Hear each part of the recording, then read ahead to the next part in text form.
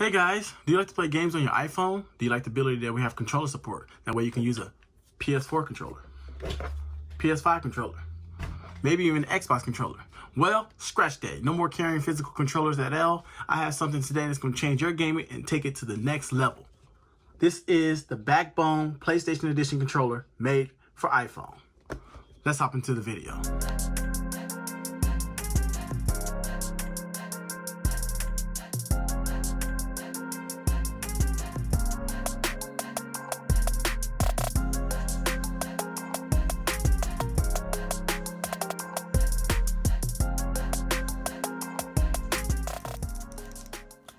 Yes, so here it is, you guys. Here's the Backbone on PlayStation Edition controller. First impressions on it.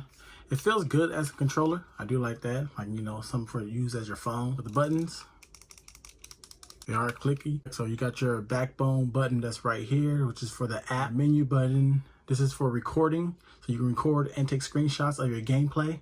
You are able to record up to 1080, 60 FPS, and this one right here is just for settings and stuff like that. Then I found out on this when the app, it does allow you to stream to Twitch. So if you download the app, you can stream on Twitch. It does say if you want to set up your Twitch account, if you have one. When you buy this, you do get 1 year free using the Backbone app, and then after that, they charge you $49.99, which is pretty good. So in hand, up top, you can see there is triggers up there. They feel okay, but you know, the overall aspects of it, it does feel good in hands.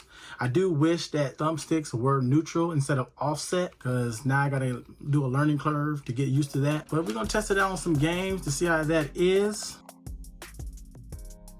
So just to touch base on some of the specs on this, you can use it with PS Remote Play, Xbox Game Pass, Xbox Cloud Gaming, Stadia Gaming, Apple Arcade.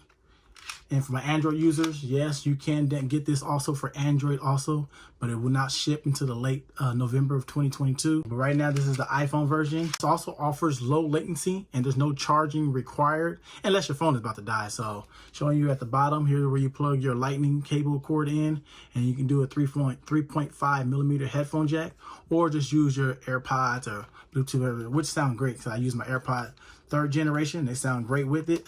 But yes, right now in the Backbone app, right now there is 1,763 games available, and that's all between PlayStation Remote Play, you know, Xbox Cloud Gaming, Xbox Game Pass, Google Stadia, Apple Arcade. Those are all the ones that are available right now that support controller. There will be more added on. This video is not being sponsored at all, so I'm just giving you guys my detailed opinion. But overall, so far in hands, I do like it. The buttons do feel clicky and everything else. It does feel good. But let me show you how this is in the setup process and give you a little bit of gameplay. And then from that, I'll give you my final thoughts if you should purchase one and how well it holds up. So when you come to your app store on your iPhone, you want to make sure you download the PS Remote Play app. Also on your PlayStation, make sure you enable PS Remote Play.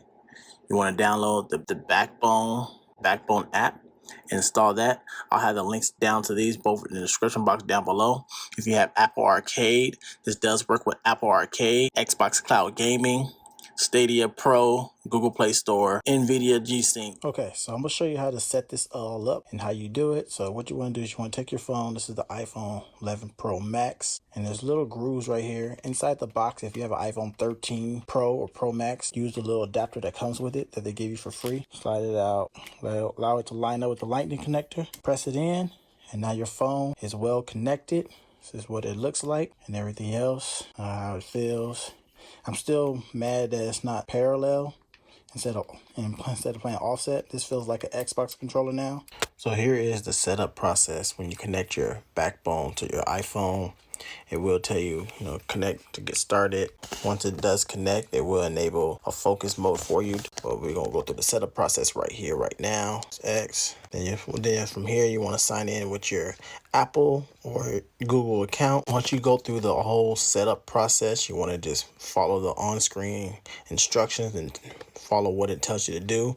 You do get 1 year free subscription when you purchase the Backbone controller.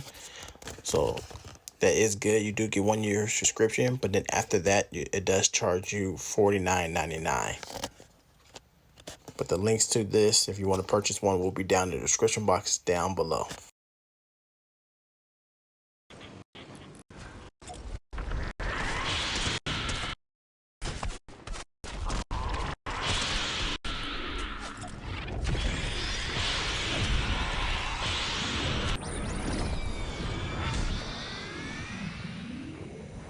I do want to say, yes, getting used to the thumbsticks is very difficult. It feels weird at times. So I'm just getting used to the thumbsticks of a little gameplay.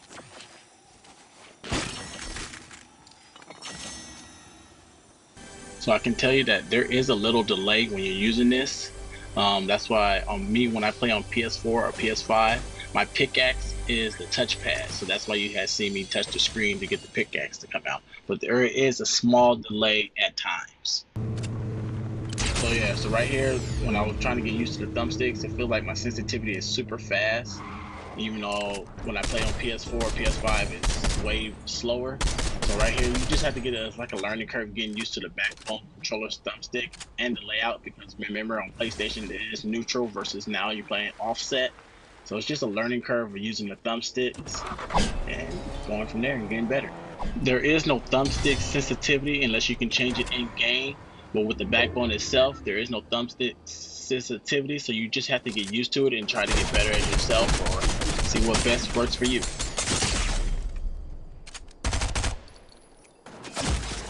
My final thoughts with the backbone PlayStation Edition controller, how well it works. It works good. There's a lot of features that I do like, some features that I don't like. So I just got finished playing a few games. The low latency, yeah, it works great. I was doing PlayStation remote play, so I did get to test out Fortnite. I did a little gameplay of that. I recorded that one. I tested out Fall Guys. So you can do a lot of games you can play if you're playing PS for remote play.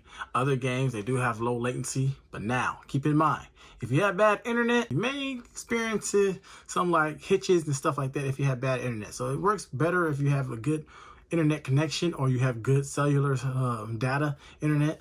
So that, just keep that in mind. So also, this and this, comparing them together, like the PlayStation 5 controller and this right here, this backbone controller that's licensed by PlayStation, they feel awkward.